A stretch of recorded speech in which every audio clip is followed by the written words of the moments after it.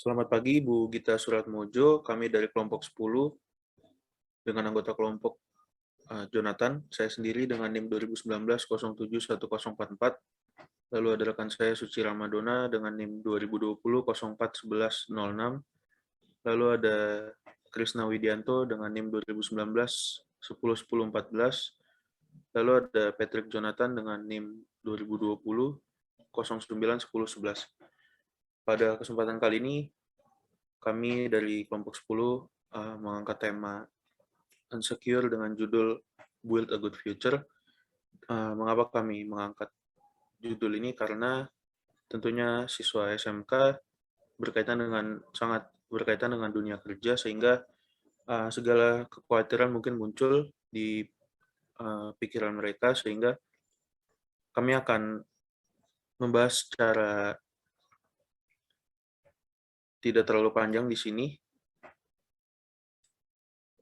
Nah, masalah yang sering dihadapi siswa SMK, khususnya SMK Fadilah, mungkin itu merasa insecure, di mana perasaan tersebut timbul karena belum mengenal diri lebih dalam.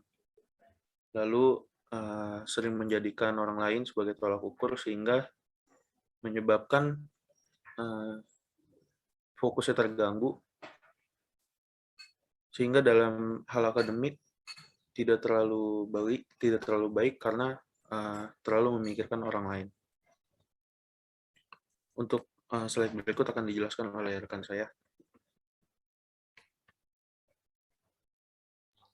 Ya, di sini terdapat beberapa masalah atau problematika yang dihadapi anak-anak SMK, bukan hanya SMK Fadilah.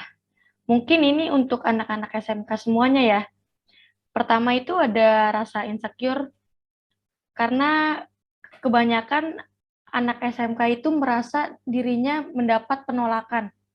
Contohnya, mendapat penolakan saat ingin melanjutkan pendidikannya ke jenjang yang lebih lanjut. Di dalam diri mereka itu merasa insecure gitu loh, nggak pede. Karena pada dasarnya mereka kan diajarin, dibekali bukan soft skill, hard skill. Jadi terkadang mereka tuh nggak punya basic soft skill-nya gitu loh. Dari sisi bergaul dan dari sisi akademiknya mereka agak insecure dengan anak-anak SMA lainnya. Sering membandingkan diri dengan siswa SMA. Dan berpikir skill-nya ini tidak akan berguna gitu di masa depan. Ada kaitannya dengan kurang fokus. Mungkin di sini mereka tuh kurang mengembangkan skill-nya. Padahal kalau diasah dengan sungguh-sungguh, mereka akan bisa bekerja dengan sesuai apa skill yang mereka miliki. Kurang fokus. Yang kedua ada kurang fokus. Banyaknya anak SMA kurang fokus atas skill yang dimiliki. Barusan sudah dijelaskan. Yang kedua, kurang bisa komitmen atas jurusan yang diambil. Nah, biasanya komitmen ini mereka tuh merasa saat di pertengahan jalan, ini saya nih salah nggak ya masuk jurusan ini? Gue nih salah nggak ya masuk jurusan ini? Terus tuh kadang mereka seringkali melihat anak-anak kelas lain atau jurusan lain, kayak misalnya melihat jurusan perhotelan, kayak, kok enak ya masuk situ, udah bisa dapat gaji. Padahal kalau kita terus mengembangkan atau mengasah skill yang dipunya, kita pun bisa mendapat pekerjaan atau magangan yang di atas dari jurusan teman-teman kita gitu. Yang ketiga ada bingung. Bingung, nanti mau jadi apa, kerjanya apa, kira-kira nanti dapat kerja apa enggak ya. Kebanyakan atau mungkin di zaman sekarang banyak perusahaan-perusahaan yang menilai atau mempekerjakan seseorang itu berdasarkan dari gelar ya, dari gelar atau pendidikan terakhir. Mereka semua memandang pendidikan terakhir itu harus S1. Padahal anak SMA jauh lebih memiliki skill yang lebih bagus lah daripada orang yang memiliki pendidikan S1. Tinggal hanya bagaimana anak SMK tersebut mengembangkan dan fokus. Dan satu lagi, anak SMK ini diharuskan bisa menguasai bahasa asing gitu, atau belajar bahasa asing, agar tidak tertinggal jauh dengan orang-orang yang berpendidikan S1, dan bahkan bisa menyetarai orang-orang yang memiliki gelar S1 itu. Yang keempat ada terpaku omongan orang. Nah, anak SMK mempunyai karir pendek, tidak akan sukses, kerjanya tidak akan naik tingkat. Nah, ini berkesinambungan dengan yang tadi, dengan pendidikan itu. Biasanya banyak orang yang memandang tuh, anak SMK nih kerjanya memang cepat, tapi gajinya tidak akan di atas anak yang berpendidikan S1. Padahal nyatanya tidak. Banyak anak-anak SMK yang sukses gitu. Mereka kan sudah dibekali dari awalnya. Mereka yang punya ilmu dan punya skill bahkan pun bisa membuka bisnis. Gitu sih. Mungkin slide selanjutnya akan dijelaskan oleh teman saya.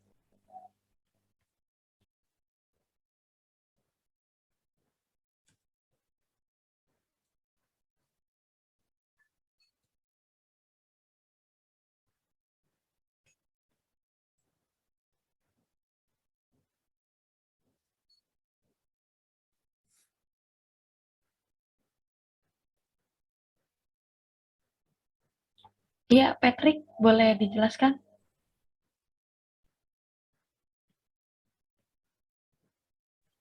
Tes, ada nggak suaranya? Masuk, Patrick. Ya, poin selanjutnya itu mengubah pola pikir menjadi positif.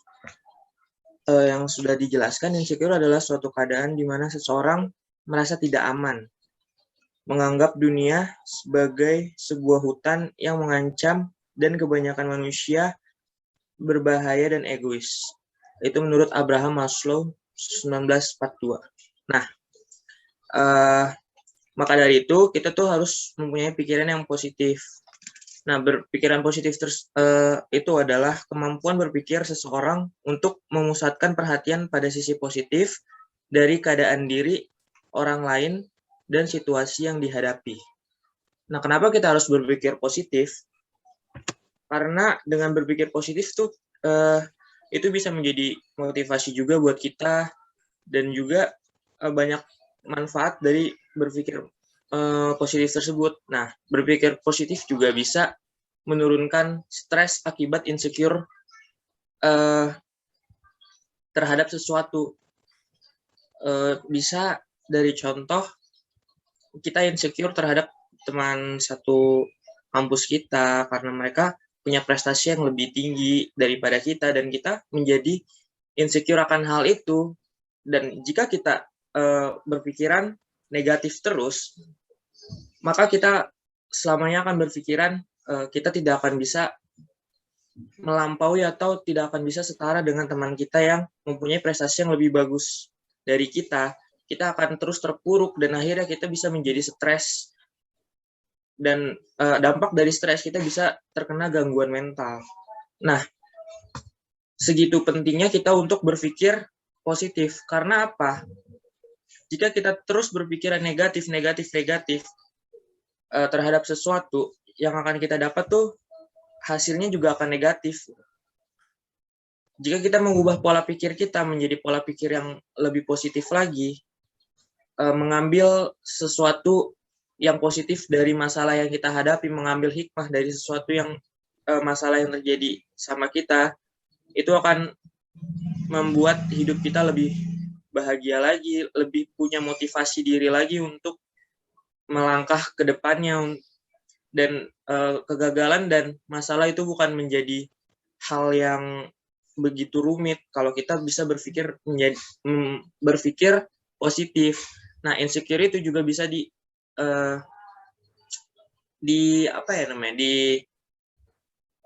insecure itu juga bisa diturunkan gitu. Maksudnya kita tidak lagi insecure itu bisa dengan mengubah pola pikir kita menjadi pola pikir yang positif. Jadi kita nggak gampang insecure ke orang. Kalau kita mengubah pola pikir kita, melihat sesuatu itu dari sisi positifnya, bukan dari sisi negatifnya. Oke, mungkin segitu dari saya. Terima kasih.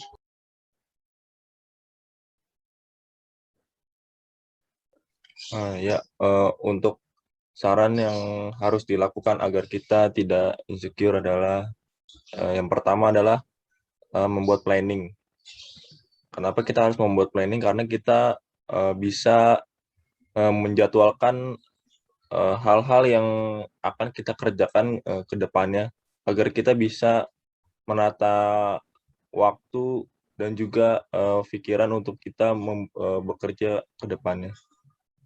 Lalu untuk fokus terhadap skill yang dimiliki. Jadi terutama untuk anak SMK sendiri, karena kan anak SMK itu kan sudah memiliki jurusannya masing-masing. Namun pada dasarnya manusia itu memiliki skill-nya masing-masing. Jadi kita jangan terpaku sama skill orang yang mungkin sudah hebat atau sudah besar. Jadi kita harus bisa fokus terhadap skill kita sendiri, kita kembangkan sendiri agar kita bisa seperti orang lain yang skill-nya besar, mungkin skill itu sendiri berbeda. Lalu jangan mendengarkan kata orang lain. Sebenarnya mendengarkan kata orang lain itu boleh, tapi jangan ditelan mentah-mentah. Jadi kita harus bisa memilah bagaimana perkataan-perkataan yang bisa membuat kita menjadi memotivasi, atau jangan mendengarkan kata-kata yang bisa membuat kita lebih insecure, membuat diri termotivasi. Sebenarnya membuat diri termotivasi itu penting. Jadi kita mungkin contohnya kita harus mencapai atau kita harus memiliki sesuatu yang harus kita perjuangkan. Jadi barang tersebut atau tujuan tersebut bisa menjadi motivasi untuk diri kita sendiri. Lalu tidak terpaku dengan kesuksesan orang lain. Jadi pada dasarnya yang tadi saya sebutkan, manusia memiliki jalannya masing-masing atau skill-nya masing-masing. Jadi kita jangan terpaku kepada kesuksesan orang lain. Kita harus bisa fokus sama diri kita sendiri dan kesuksesan diri kita sendiri. Menumbuhkan rasa terus ingin belajar. Jadi kita harus terus belajar dan ingin tahu. Sebenarnya menumbuhkan rasa terus ingin belajar itu bisa dengan beberapa cara. Jadi kita juga nggak harus terpaku sama orang lain cara belajarnya. Kita juga bisa membuat cara belajar kita sendiri agar kita bisa fokus terhadap metode belajar itu sendiri. Next.